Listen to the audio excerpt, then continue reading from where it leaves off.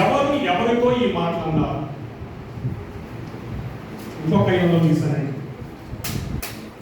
చెప్పడంలో ఇలా మొత్తం ఒక అబ్బాయి సాయంత్రం మొత్తం అబ్బాయి సరిపోతా దైవజనుడా అన్నాడండి. ఎవరు ఈ దైవజనుడు?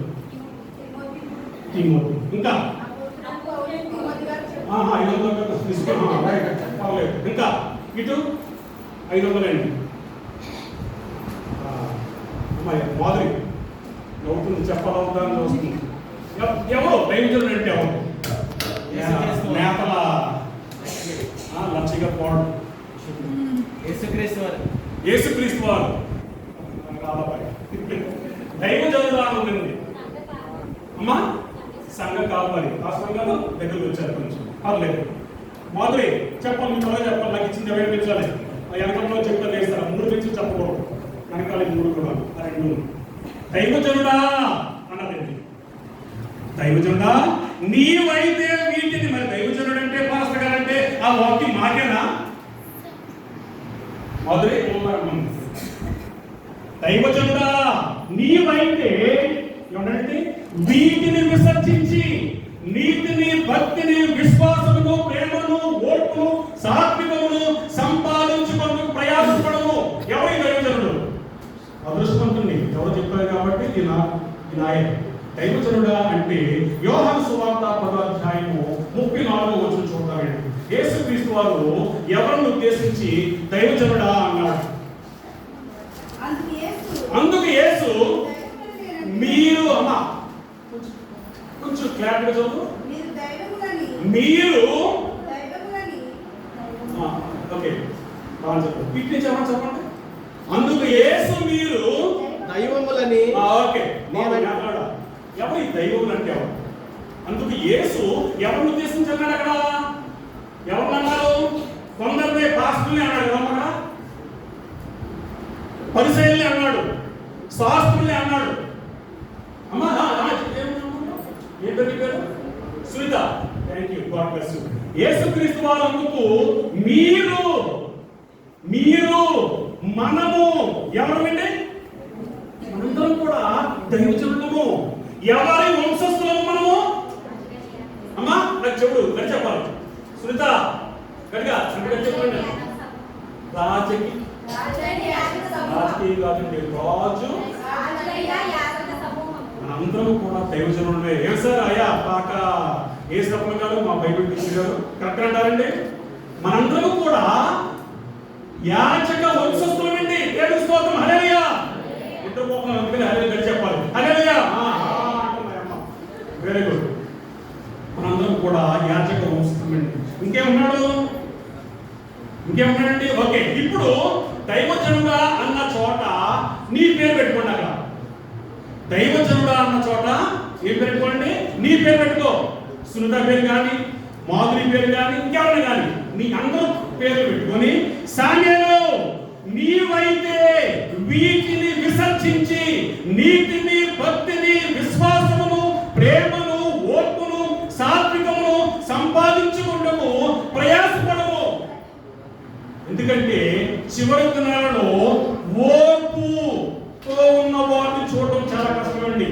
సాత్వికము గల వారిని ఉన్న వారిని చూడటం చాలా కష్టము. విశ్వాసము, ప్రేమ గల విశ్వాసులను కనుగొనుట చాలా కష్టము. కాబట్టి దైవజనుడా, దైవమా మనందరం ఉద్దేశం అంటాడండి. ఏమి సంపాదించుకోమన్నాడు? ఏమి సంపాదించుకోవడానికి ప్రయాసపడమన్నాడండి? ప్రేమ, నీతి, భక్తి, విశ్వాసము, ఓర్పు, సాత్వికమును సంపాదించుకున్నకు ప్రయాసపడాలి, కష్టపడాలి. లేకపోతే అంత తేలిక రావు. ఈ మధ్యకాలంలో ఎవరిని ఏమన్నా కానీ పౌష్పములు తీసుకోవాలి. ఎవరిని ఏమన్నా కానీ లెక్కిపోతారు. నువ్వెవరన్నా చెప్పడానికి ఎవరు కూడా మాట ఉత్తిరే పడేవారుగా లేరు.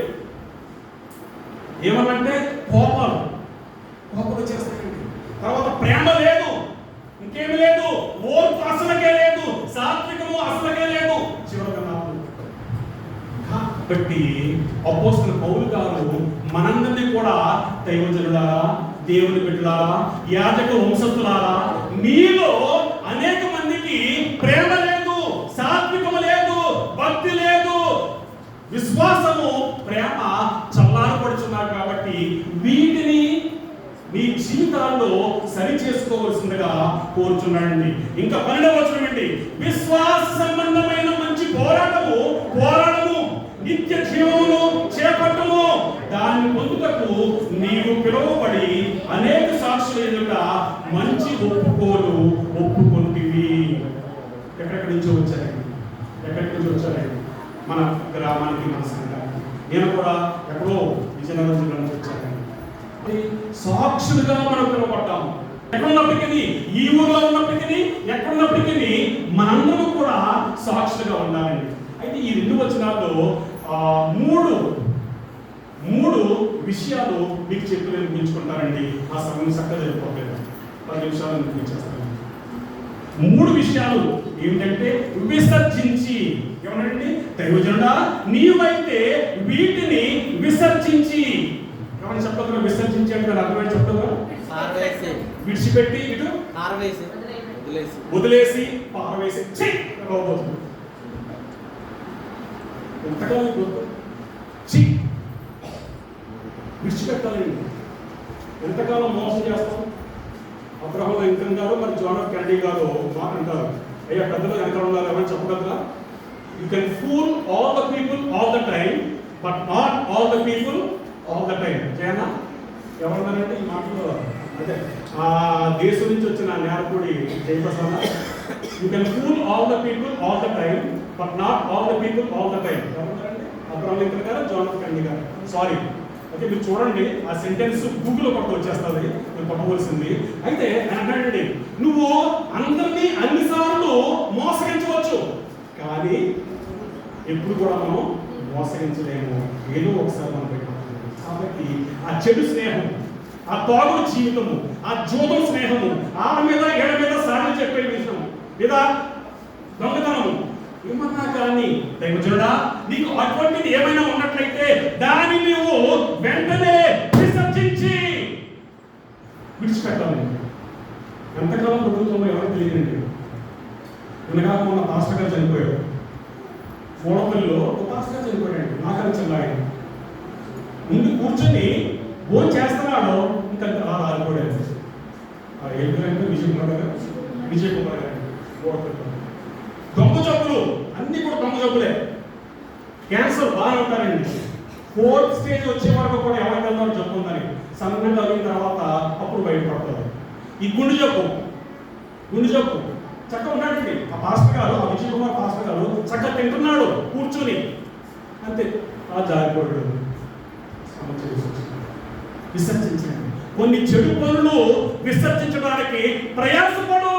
ఎందుకంటే కాలము లేదు. ఓకే, బైబిల్ నుంచి ఎవరైనా కానీ విసర్జించారా? 7 విషయాలు ఎవరైనా చెప్పగలరా? ఎవరైనా చెడు పనులు ఎవరైనా విసర్జించారా? దానికి దూరంగా ఉన్నారా? దావీదు, ఇంకా అమ్మా పౌలు గారు. వెరీ గుడ్, చెప్పిన కరెక్టే. ఇంకా అమ్మా జక్కయ్య, ఆయన డబ్బు అంటే బాగా ఇష్టం, దాన్ని విడిచిపెట్టాడండి, చాలా సంతోషమండి. ఇంకా అమ్మా నాకు వినపడుతుంది, చెప్పారు కదా, మంచిగా. ఓకే, ఏమైనా యోసేపు విసర్జించి దాని నుంచి పారిపోయాడా? అమ్మా థ్యాంక్ యూ అండి. ఓకే, ఆయన విసర్జించాడు, విడిచిపెట్టాడు, అక్కడి నుంచి పారిపోయాడండి. కాబట్టి ఆ మట్టిలో మాణిక్యాన్ని తీసుకెళ్లి ఐగుప్తు దేశంలో ప్రధానమంత్రిగా చేశాడండి. 2013లో ఆయన సింహాసనం, ఆయన రథములు అవన్నీ కూడా చూడడానికి దేవుడు అవకాశం ఇచ్చాడండి. అదే సంవత్సరము, అదే వారంలో ఈ చర్చ్ మనం దేవునికి ప్రతిష్ఠించుకున్నాము. గుర్తుందా మీకు? 2013 సంవత్సరంలో నేను ఐగుప్తు దేశం, దక్షిణాఫ్రికా తిరిగి వచ్చానండి. అదే రాత్రి ఎందుకంటే అది గుర్తు నాకు బాగా గుర్తుండిపోతాయి. అదే రోజు, మరుసటి రోజున ఈ చర్చిని ప్రతిష్ఠించడం జరిగింది. పొతిఫర్ భార్య నుండి, ఆయన చెడు కార్యక్రమాల నుండి ఆయన విసర్జించి విడిచిపెట్టి బయటకు వచ్చాడు. దేవుడు ఆయనను ఉన్నత స్థితిలో పెట్టాడు. దైవజనుడా, నీకు అటువంటి శోధన ఏమైనా వస్తుందా? వచ్చినట్లయితే ఈ రోజే దాన్ని విడిచిపెట్టి దూరం అవ్వు. దేవుడు నిన్ను నీ కుటుంబాన్ని దేవుడు దీవిస్తాడండి. రెండోది ఇంకేమంటాడండి? ప్రయాసపడు. దేని గురించి? ప్రేమ, భక్తి, నీతి, విశ్వాసము, ఓర్పు, సాత్వికమును సంపాదించుకున్నకు ప్రయాసపడము అని దేవుని యొక్క వాక్యం సహకరిస్తుందండి. ప్రయాసపడు. దాని అర్థం ఏంటి? కష్టపడు, ప్రయాసపడు. దాని గురించి ప్రయత్నం చేయాలి. దాని గురించి ప్రయత్నం చేయాలండి. నాకు తెలుగు అస్సలు వచ్చేది కాదండి. ఇక్కడ నేర్చుకున్నా తెలుగే. ఫస్ట్ జార్జ్ గారు నేర్పించారు. జార్జ్ గారు జార్జ్ మాస్టర్ తెలుసు అంతే. ఆయన నేర్పించారండి. తర్వాత కమలాత్మ కృష్ణ గారు నేర్పించారు. అక్కడ నేర్చుకున్న తెలుగే. నరసాపురం వెళ్ళిన తర్వాత తెలుగు వచ్చింది కదండి. ఐడి దేవస్థలు వచ్చేవారు.